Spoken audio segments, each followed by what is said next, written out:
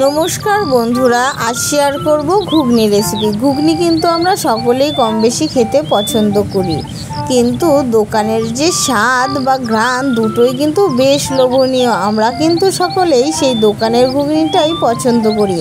आज देखाबो एकदम दोकानेर मतो घुगनी रेसिपि।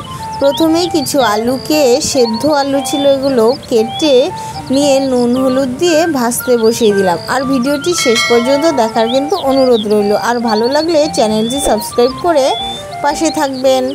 तो नुन हलुद दिए किछुक्षण नाड़िए चाड़िए किन्तु लालचे हওয়া पर्यन्त आलूगुलोके भेजे निते हबे।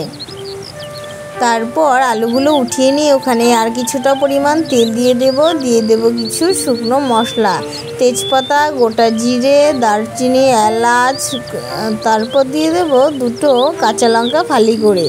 और ओते दिए देब किछु आदा कुचि। आजके किन्तु बाटाबाटी छाड़ाई करछि रान्नाटी।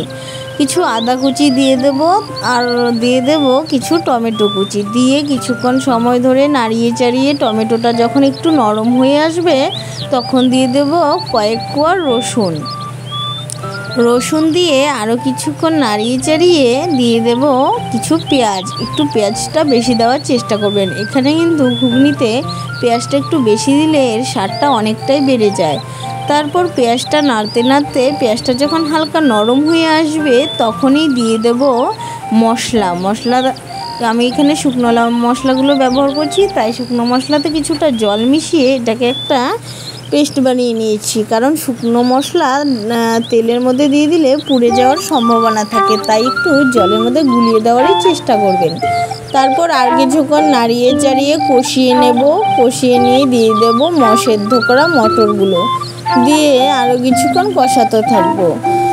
কষাতে কষাতে হালকা নরম হয়ে আসলেই দিয়ে দেব নুন হলুদ, কেননা মটরগুলো সেদ্ধ করার সময় কিন্তু আমি নুন হলুদ কিছুই দিইনি। তারপর নুন হলুদ দিয়ে হালকা ভেজে নিয়ে যখন তেলটা হালকা ছেড়ে ছেড়ে আসবে তখনই দিয়ে দিতে হবে ভেজে রাখা আলুগুলো। ভেজে রাখা আলুগুলো দিয়ে বেশি ভাজার দরকার নেই, একটা একটু নাড়িয়ে নিয়েই দিয়ে দেব পরিমাণ মতো ঝোল। খুব বেশি ঝোল দিলে কিন্তু ভালো লাগবে না, আমার কিন্তু ঘুগনিটা সবসময় একটু মাখো মাখো হলেই ভালো লাগে। তারপর পরিমাণ মতো ঝোল দিয়ে দেব, দিয়ে হালকা আঁচে অনেকক্ষণ সময় ধরে কিন্তু এটাকে ফুটিয়ে নিতে হবে। যখন তেলটা সাইডে সরে সরে কালচে কালচে একটা কালার চলে আসবে তখনই বুঝতে হবে হয়ে গেছে। আর দিয়ে দিলাম কিছুটা গরম মশলা গুঁড়ো দিয়ে নামিয়ে নিলাম।